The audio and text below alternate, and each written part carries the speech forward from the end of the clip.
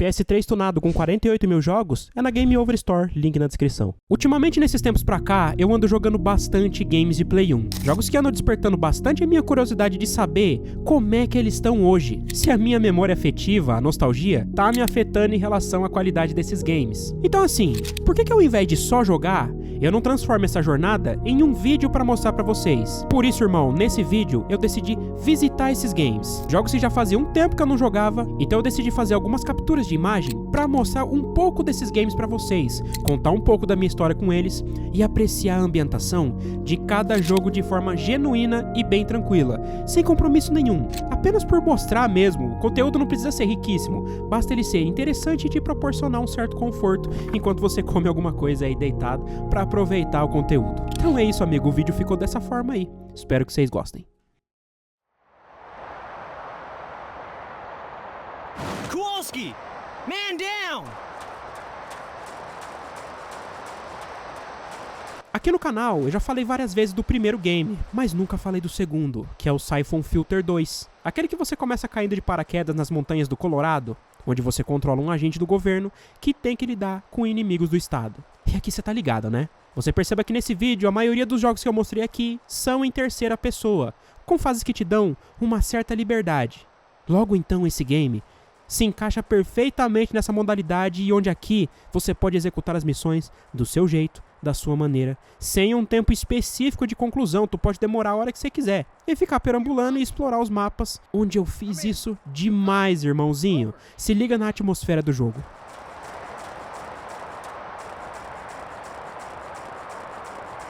Eu me empolguei tanto nesse game que eu resolvi passar algumas fases aqui pra mostrar pra vocês. Gosto bastante daquela que você passa pelos túneis da montanha.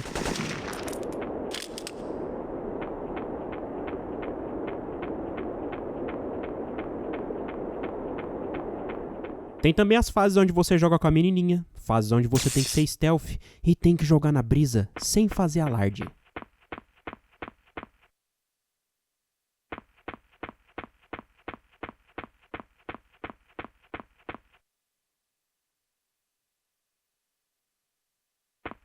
Apesar da jogabilidade inovadora e simples, existem muitas fases nas quais, se você não for familiarizado com o inglês, você não consegue passar. Eu fechei esse game com o dicionário apoiado no joelho. Tempos bons, amigo, que não voltam mais.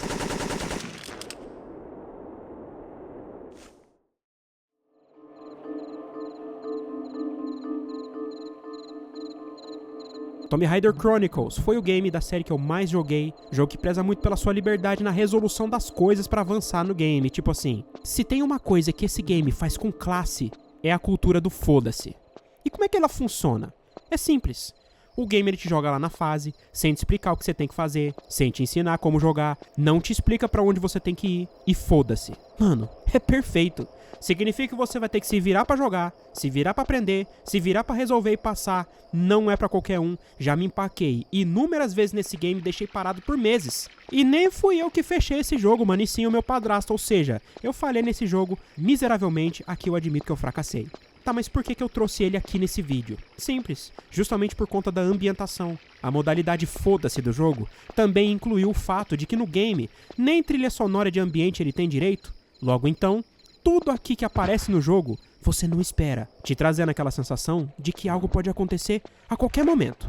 É tipo assim, a atmosfera do jogo ela se divide entre calmaria de um game calado com apenas o som ambiente do jogo, até o fato de que você tem que ficar alerta, achando que algo vai acontecer o tempo inteiro. O jogo ele brinca bastante com isso. E uma coisa eu te digo, irmão, se você foi um cara que fechou os Tomb Raiders do Play 1, tu tem realmente moral pra falar aqui nos comentários. Eu respeito você.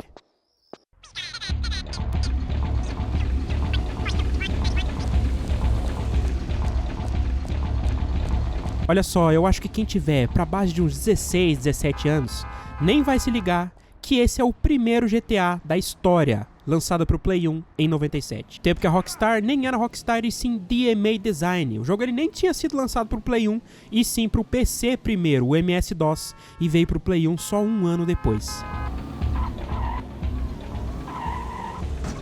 E vocês já sabem, né? Um jogo de mundo aberto em terceira pessoa, visto a partir de uma perspectiva aérea, a câmera de cima.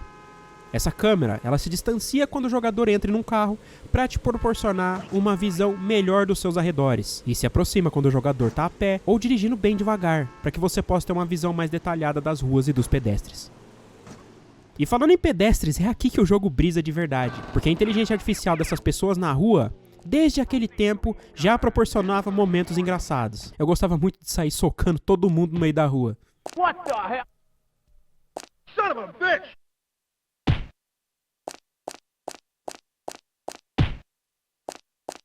A ambientação do game era bem pouco explorada.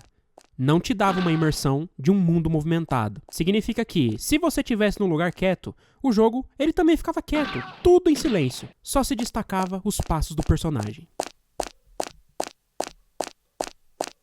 E isso aqui era assim, até mesmo no segundo jogo da franquia, onde eu joguei muito mais do que o primeiro. Aqui esse game era mais trabalhado em relação a detalhes dos personagens, detalhes dos carros, as calçadas, as ruas, as sombras e a oclusão do ambiente, que parecia ser um pouquinho mais aprimorado.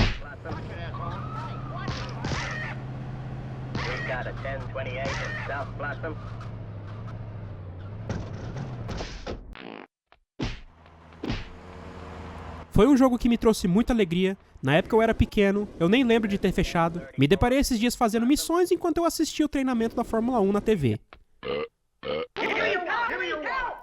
Agora você repare que eu não disse em momento nenhum que esse game tem qualidade, afinal de contas, em questões de mundo aberto no Play 1, na época a gente já tinha o driver, mas é importante a gente olhar pra trás, não só pela nostalgia, e sim pra ver o quanto a gente já caminhou. Se liga no que esse jogo jumento se transformou no que ele é hoje. A revolução, amigo, é muito maior do que a gente.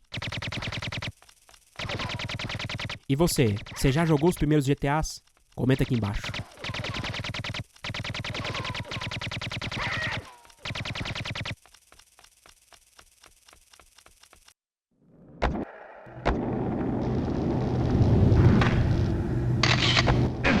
O Tony Hawk ele é bem característico, né? Game da Neversoft, a mesma desenvolvedora do Homem-Aranha do Play 1. Porém aqui, se a gente for falar de característica, significa que o jogo, ao invés de buscar o realismo, ele optou por fazer uma parada mais arcade, que seja acessível e divertido para qualquer um que jogasse, só que com uma ideia genial. Vamos colocar os melhores skatistas profissionais da época. E quem é que tava quebrando tudo naquele tempo? O Tony Hawk. Sim, amigo, tem gente que acha que Tony Hawk é apenas o nome do jogo. Negativo. Tony Hawk é um dos maiores skatistas profissionais que esse mundo já viu. E aqui, colocaram ele para ser protagonista. Além de outros skatistas como o Chad Muska, que eu gostava dele porque ele tinha uma mochilinha nas costas, era diferenciado, eu achava muito top. E a gente também não pode esquecer do skatista brasileiro Bob Burnquist. Sim, o cara é brasileiro, ele é BR. E olha, apesar de ser um game onde a trilha sonora licenciada são músicas que marcaram demais esse jogo, que infelizmente eu não vou poder colocar aqui porque, né, o YouTube tá uma porra, mas então eu decidi enfatizar apenas o som do game.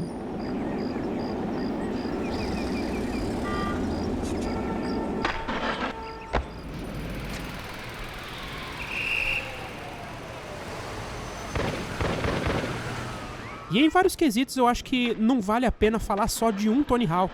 No Play 1, são 4 Tony Hawks. Todos eles não têm muita evolução em relação gráfica. Foi como eu falei, o jogo ele focou na diversão ao invés de encher de picuinha.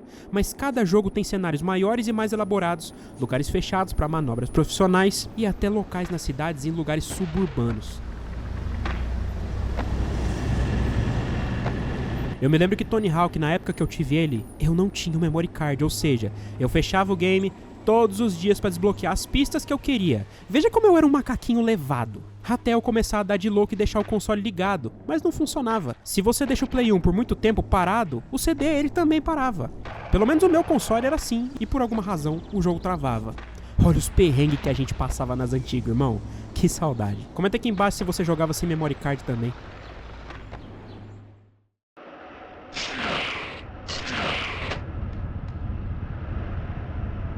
Olha, ainda puxando o gancho do Tony Hawk, é importante a gente citar o Homem-Aranha, porque assim como o Tony Hawk, ele também foi feito pela Neversoft, onde eu já fiz um documentário completo sobre esse game no card em cima, caso você queira ver. Onde eu decidi adentrar nesse universo do Play 1 de maneira nativa, pra saber como é que ele tá em dias de hoje. Resolvi andar apenas nas primeiras fases principais do game, onde a atmosfera do jogo é cativante, irmão. Aumenta um pouquinho o volume e sente essa brisa aqui, ó.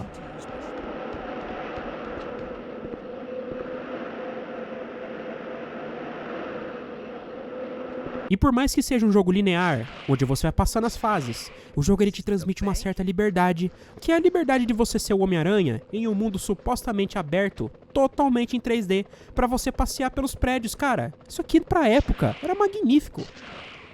This isn't the bank. No segundo jogo da franquia, o game que ele é mais aprimorado, mais trabalhado, existem algumas fases que te dão essa sensação muito melhor.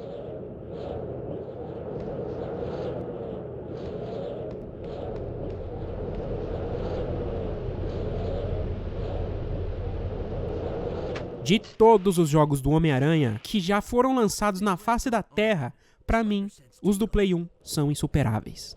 Comenta aqui embaixo se você também acha isso.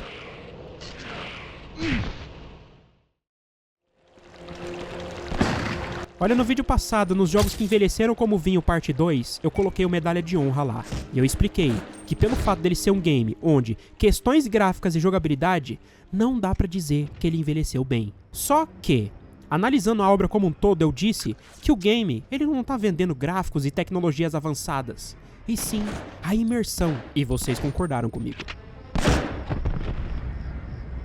Mas aqui no Underground, a dinâmica foi algo a ser mais trabalhada. Em questões gráficas não houve evolução, como você tá vendo aí. Se você tiver um olhar mais técnico, mais clínico, você vai ver que as texturas são um pouquinho mais trabalhadas. E o aprimoramento do cenário, ele é muito maior. Uma coisa que você vai ter que concordar comigo é que o Medalha de Honra, infelizmente ele foi um game que se perdeu com o tempo. Porque a EA quis focar e forçar apenas o Battlefield, trazendo a mesma premissa do Medalha de Honra, focando na imersão de guerras antigas, só que num cenário online. E hoje em dia, todo mundo sabe, né, amigo? Game de tiro e FPS, se não tiver um modo online, com arminhas com camuflagem coloridas, pacotes de batalha e skins do Neymar, o bagulho não vende. Vagabundo chora e o jogo flopa. E assim, eu não vou dar uma de saudosista aqui e cagar a regra, até porque eu também jogo FPS online. Mas eu, aqui, atualmente, ando preferindo game single player, sem pretensão nenhuma de gastar dinheiro e ser o melhor no jogo. Revisitando esses games aqui, me traz mais diversão do que treinar pra ser bom em algo que não vai me trazer benefício nenhum. Prefiro contemplar a minha paz em um jogo de modo história. Comenta aqui se você também acha isso atualmente.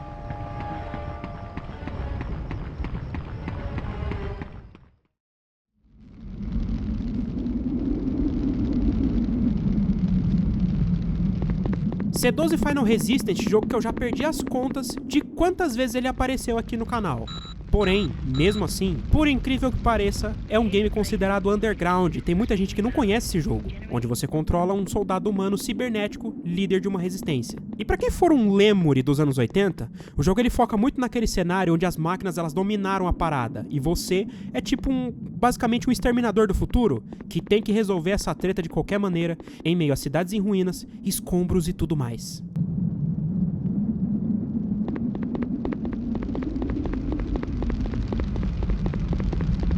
Como você pode ver aí, claramente o jogo ele foi feito com carinho, bastante capricho, tanto na ambientação do game quanto na jogabilidade.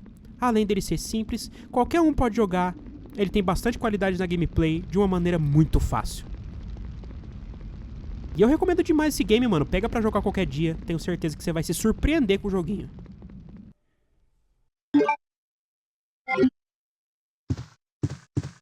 Irmão, Resident Evil 2, pra mim, definitivamente é um game que na época dava cagaço. Você não pode falar que não.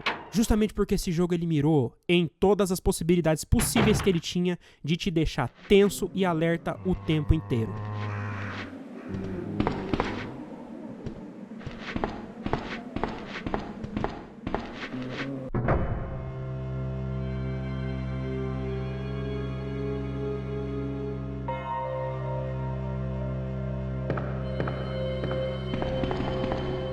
E que apesar dele ser um jogo de survival horror com cenários pré-renderizados, trouxe com maestria aquele sentimento de que o mundo lá fora não é mais o mesmo, irmão. Tem zumbis ali fora da janela e você tem que tomar cuidado, senão você vai de arrasta com essas criaturas.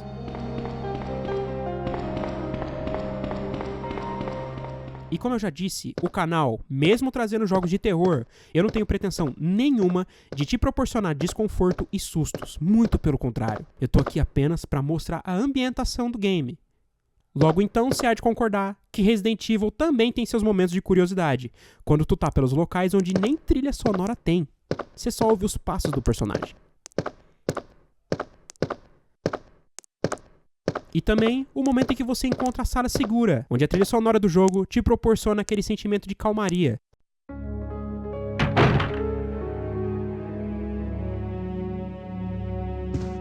Ela basicamente quer dizer assim, tipo, mano, fica aqui de boa, descansa um pouco, ninguém pode entrar aqui além de você.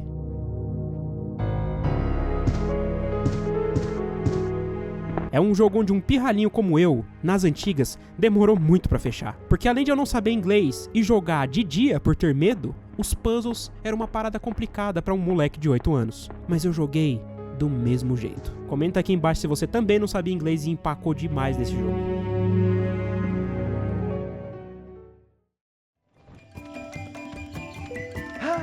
Life of an ant. Olha, amigo, vamos falar de algo mais alegre aqui? Um jogo cativante e muito divertido é o Vida de Inseto. Jogo baseado nos primeiros filmes da Disney Pixar, onde aqui você controla Flick, uma formiga que anda por fases e missões baseadas no filme. E a qualidade desse game, a fluidez da jogabilidade, ela é muito divertida. Além do fator liberdade, que te deixa solto nas missões e explorar e resolver, coletar itens e passar por obstáculos da sua maneira, do seu jeito.